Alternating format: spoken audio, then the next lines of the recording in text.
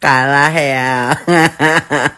Berhasil menjebloskan Nikita Mirzani ke dalam penjara. Sosok Dr. Reza Gladys menjadi pusat perhatian dalam sekejap. Bukan soal profesi mentereng ataupun kekayaan yang dimiliki, wajah serta penampilan dari rival Nikita Mirzani ini ikut dikuliti. Terutama usai Nikita memberikan sindiran atas kulit terang yang mewarnai penampilan dari Nikita Mirzani. Alih-alih dipuji, publik justru memberikan komentar negatif atas penampilan Dr. Reza Gladys, yang sebenarnya begitu dibanggakan diri sendiri. Selain disebut abu-abu, bentuk wajah serta senyuman dari Dr. Reza Gladys turut menjadi bahan ejekan. Melansir dari akun Instagram Alambe Was-Was baru-baru ini, Dr. Reza Gladys ditemukan dalam kondisi yang tidak biasa. Terbiasa memamerkan kekayaan yang diiringi dengan koleksi kendaraan mewah, Dr. Reza Gladys terpantau dibonceng di sebuah motor pada umumnya.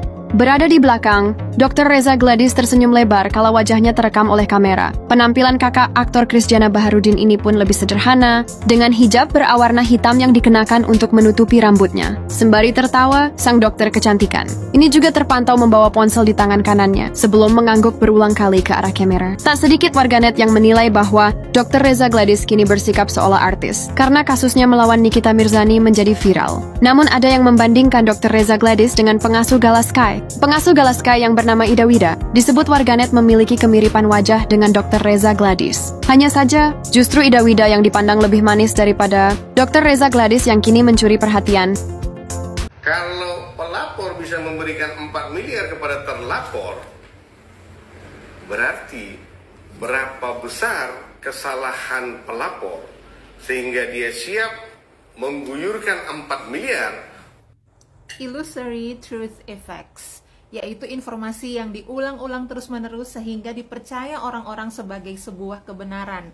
Itu adalah sisi psikologis yang Bapak tidak perhitungkan.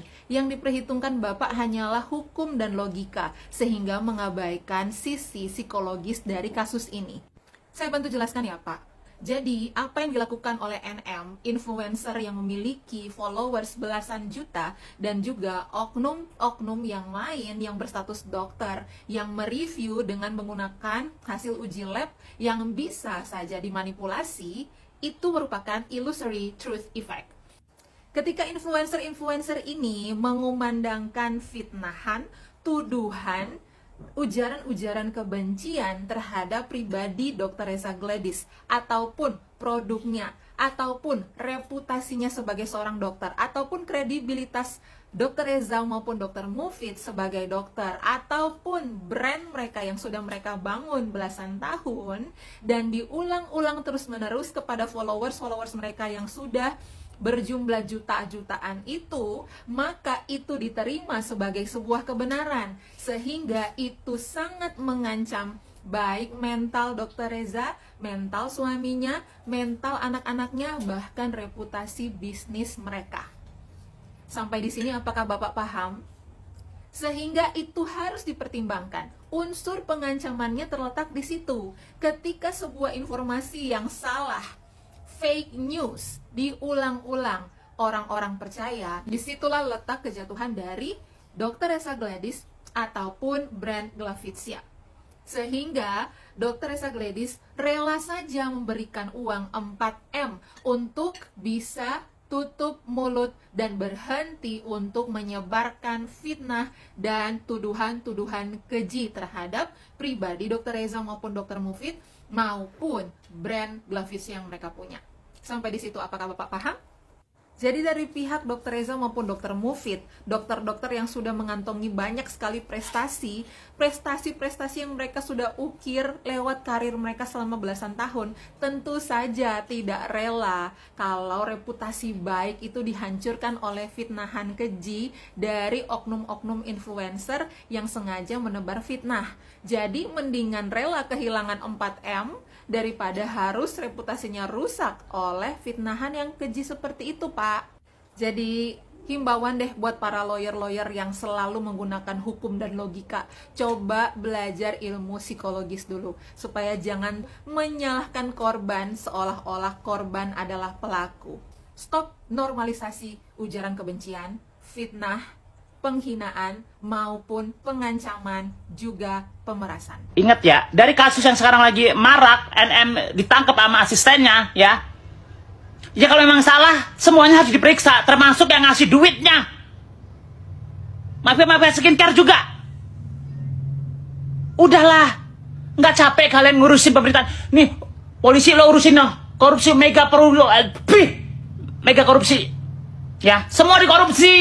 Emas dikorupsi, Pertamina dikorupsi, apalagi minyak goreng pun dikorupsi.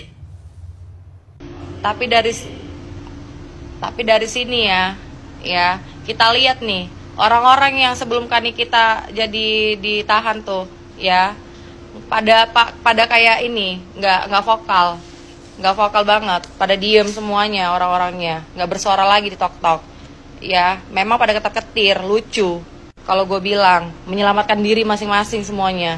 Wah, dulu aja lu pada berkoar-koar, pada ini, pada itu. Sekarang, lihat pakai mata Anda. Semuanya menyelamatkan diri, pada takut. Gak usah takut kalau bener. Lu jangan kebanggaan dulu, ya. Jangan kesenangan dulu, ya. Lu tuh bukan siapa-siapa, ya kan? Tanpa orang-orang yang atensi. Lu merasa hebat, lu bukan. Nanti kalau gua bilang lu ani-ani independen, lu nggak terima. Lu ngerendahin orang, ngerendahin gue, ngerendahin Yoke seenak jidat lu. Ngefitnah mak lu seenak jidat lu. Ya, nanti kalau gua bilang lu pelakor, lu nggak terima, Dur. Gimana sih? Penetapan tersangka Nikita Mirzani sungguh sangat membengongkan, bagaikan kilat. Tentunya dengan host yang sangat ganteng dan sombong, Zakaria Irawan. Gimana kalau kita bahas kasus Nikita Mirzani? Setuju gak? Setuju kita bahas kasus Nikita Mirzani? Nikita Mirzani, artis yang sangat sensasional, sangat sensasional. Di mana Nikita Mirzani dia telah menjadi public figure yang disenangi seluruh masyarakat di Indonesia. Terlebih lagi netizen pendukung Nikita Mirzani. Entah itu benar, entah itu salah tindakan Nikita Mirzani, pasti masyarakat akan mendukung Nikita Mirzani.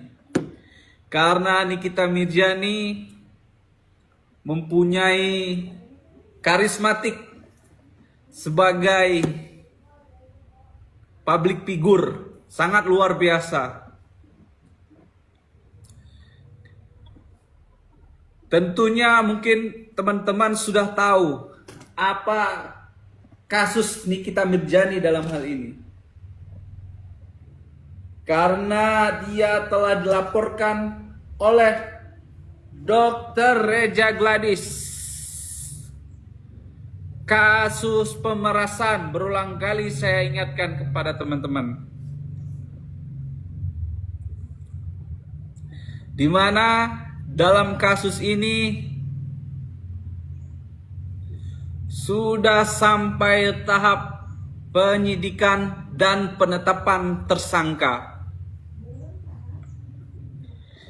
Dalam proses penetapan tersangka Nikita Mirzani ini, yang sangat membingungkan dan membengongkan seluruh netizen yang ada di tanah air ini ialah begitu cepat proses Nikita Mirzani menjadi seorang tersangka.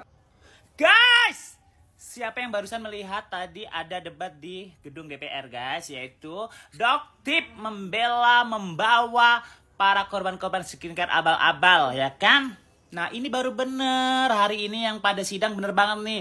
Rieke Diah Pitaloka, best, anggota DPR-nya best banget. Lu mewakili rakyat, ini namanya mewakili suara rakyat. Lah kalau yang kemarin-kemarin itu, yang tertutup yang nggak bawa siapa-siapa, yang hanya sekelompok tertentu itu, apa tuh? Hah? Dewan Perwakilan Reza, Dewan Perwakilan Rahma, Dewan Perwakilan Richard, coy. Mbak Rieke Diah Pitaloka sama Doktip, kalian wanita-wanita masa kini, ya kan? Sri Kandinya Indonesia ada di tangan kalian, ya. kita percayakan hari ini puas banget rakyat Indonesia melihat anggota DPR bekerja sesuai janjinya. Musnahkan itu.